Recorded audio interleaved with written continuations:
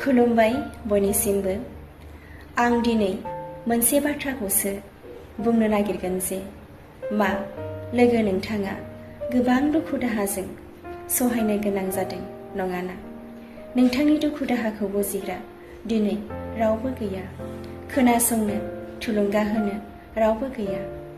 नाथाय दङ खालि मिनिग्रा, सोंखारिग्रा, बांसावग्रा न'।